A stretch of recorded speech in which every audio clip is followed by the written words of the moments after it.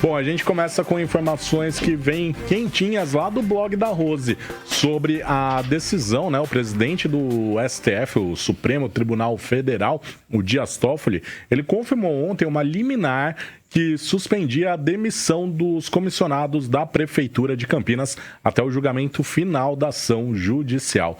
Ô Rose, pode-se considerar então que foi uma vitória para a Prefeitura de Campinas? Já foi, né?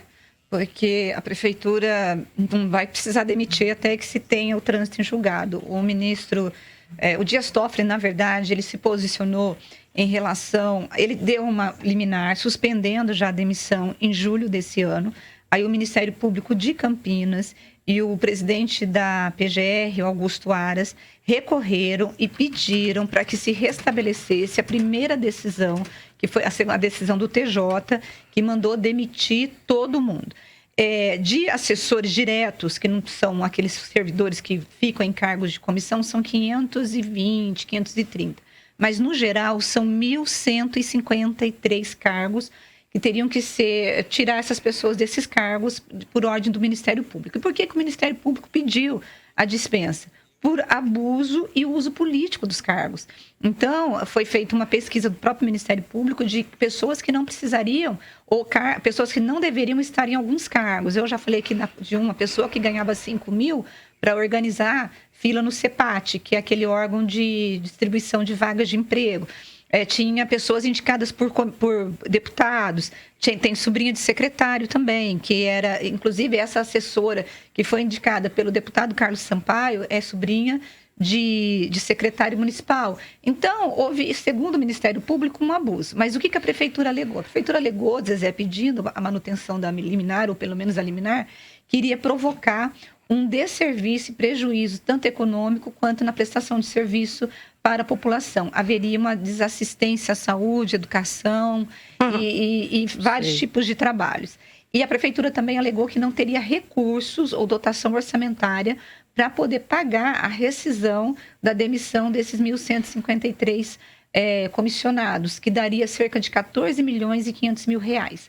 Aí, diante, o Toffoli decidiu manter, então, o pescoço fora da guilhotina desses funcionários, trabalhando diante do argumento da Prefeitura, que haveria prejuízos na prestação de serviço, que não teria dinheiro para pagar, não teria esses 14 milhões para poder pagar, e agora vai ter que se estudar o mérito. O transitado em julgado, pode ser que até o ano que vem o Jonas termine o mandato dele e essa ação não vá para julgamento. O que é mais provável.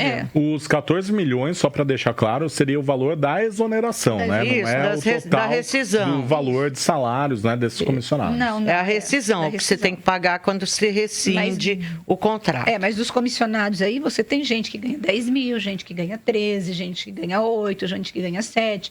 Você tem indicado de vereadores, porque mesmo depois da decisão do TJ, que mandou demitir todo mundo, o prefeito de Campinas, o Jonas Donizete, ele continuou contratando funcionários, inclusive com indicação por parte de vereador. Eu mesmo dei matéria no blog de vereador que tinha assessor contratado pela Câmara de Campinas. Ele foi exonerado num dia, já no dia seguinte saiu no Diário Oficial a contratação pela Prefeitura. Ou seja, é aquela história, para ter o apoio do vereador, o prefeito faz esse tipo de contratação e fica com o vereador na mão, né? Porque aí o vereador tem que votar com o executivo. É isso, gente. Precisamos de 1.153 cargos? Não. Não precisamos, obviamente que não. Não tem que ter cargo comissionado? Tem que ter, eu acho que tem que ter. Porque eu acho que tem assessores que trabalham seriamente, mas o que a gente tem de fantasma, o que a gente tem de gente que coça, que não faz nada, com altos salários, eu simplesmente acho que não é necessário esse tanto de assessor, e foi o que o Ministério Público apontou. E quando você lê a ação do Ministério Público, o estômago chega a doer, né? Da forma do abuso que se teve em relação à contratação de cargos comissionados.